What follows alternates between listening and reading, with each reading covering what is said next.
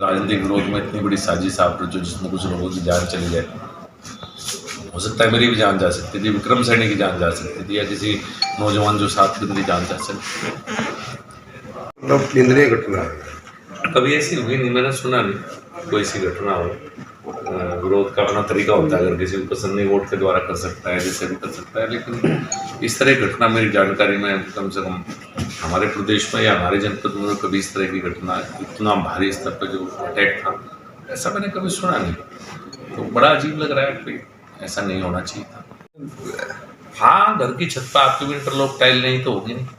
Interlock tile से अगर पथराव होता है जी, और गाड़ियों के अंदर टाइल्स भरी पड़ी हैं में, तो मुझे ऐसा ही लगता है कि घर की छत पर क्यों चढ़ेंगे, क्यों पूरा लाइटें बंद होंगी, क्यों इतना तगड़ा अटैक हुआ, हजारों ईंटें ऊपर से बरसती।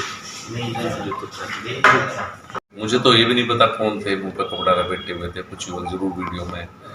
लेकिन मेरा मन यही है कि अगर कोई युवा था भी साथी तो उसे भटकाया गया था, या कोई किसी भी तरह से उसे करके किया गया है, तो मैं तो चाहता हूँ कि सुधार हो, कि खुद अपनी गलती समझ जाए, बस इतना ही।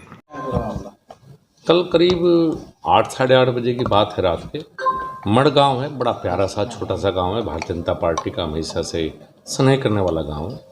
तो वहाँ के प्रधान के घर पे कार्यक्रम था, तो हम पहुँचे।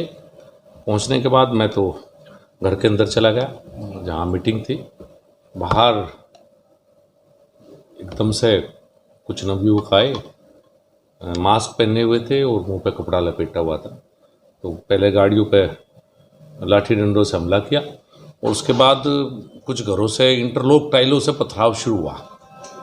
तो सबने मुझे कहा बाहर चलिए, मैंने शोर सुन के। तो जब मैं बाहर निकला और गाड़ी में मुझे बैठाया गया, क्योंकि सुरक्षाकर्मी थे, उन्होंने गाड़ी में बैठाया, तो ऐसा लग रहा था कि जैसा जंग का मैदान हो। ऊपर से छतों से बहुत बड़ी बड़ी इंटरलॉक टाइल्स, तो करीब 15-20 गाड़ियाँ क्षतिग्रस्त हुई। काफ़ी जो युवा साथ थे उनको चोट लगी। भगवान का शुक्र है कि जितनी बड़ी वो ईंटें और टाइल्स थी कि किसी बच्चे के सिर पे नहीं लगी। मैं तो इसे भगवान का ही आशीर्वाद कहूँगा कि किसी के हाथ में लगी, किसी के पैर में लगी, तो चोटें हैं लेकिन किसी की जान नहीं गई। जिस तरह से हमला था उसमें किसी की जान भी जा सकती थी, मेरी भी जा सकती थी, या किसी और की जान जा सकती थी। तो ऐसा लगता है जैसे सुनियोजित पहले से ही, बिना किसी बात के, बिना किसी उसके, एक तरह से पहले से ही तय किया हो कि ये काम होना है। इस तरह की घटना थी। कौन लोग थे मंत्री जी, पता चला? ये तो पता नहीं लगा, युवा थे यही बताया गया मुझे, चूँकि मैं अंदर था उस समय, तो मैं तो सबको नहीं देख पाया, मैं अंदर था।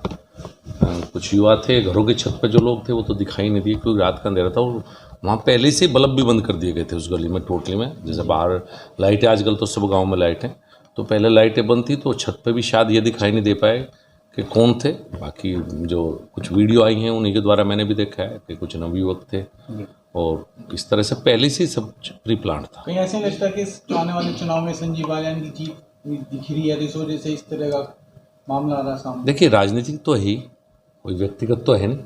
व्यक्तिगत चुनाव चल रहा है, व्यक्तिगत किसी से कुछ है नहीं।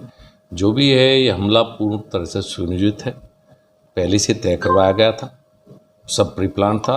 किसके घर की छत पे इंटरलॉक नहीं टाइल्स मिलेंगी? गाड़ियाँ भरी हुई हैं इंटरलॉक टाइल्स से, जो ऊपर से पथराव गया। पूर्व विधायक विक्रम सैनी की गाड़ी पूरी तरह टूट गई। ईश्वर का आशीर्वाद है वो मेरी गाड़ी में बैठ गए। अगर वो अपनी गाड़ी में बैठते तो पता नहीं उस समय परिस्थितियों में क्या होता, जिस तरह के हालात वो उस समय पर वहाँ पैदा हुई, जो भगदड़ वहाँ थी। तो घरों की छत पर इंटरलॉक टाइल कभी नहीं होती, नई टाइल्स थी, वो खरीद के पहले से ही घर की छत पर रखी गई थी। इस नई उम्र के लड़कों के हाथ में किताब होनी चाहिए थी, देखिए, मैं जो आपने कहा, मैं भी इस बात से चिंतित हूँ कि हमारे युवाओं को किसी न किसी बात पर दिग्भ्रमित किया जा रहा है, और यही कारण है कि हमारी तरफ से अभी तक इसमें कोई रिपोर्ट दर्ज नहीं हुई है। चूँकि कोई भी युवा है, मैं नहीं चाहता कि उसके मुकदमों के द्वारा उसका वो हो सकता है किसी ने उनको भड़काया हो। वो पुलिस जांच का विषय है, पुलिस अपने आप करेगी।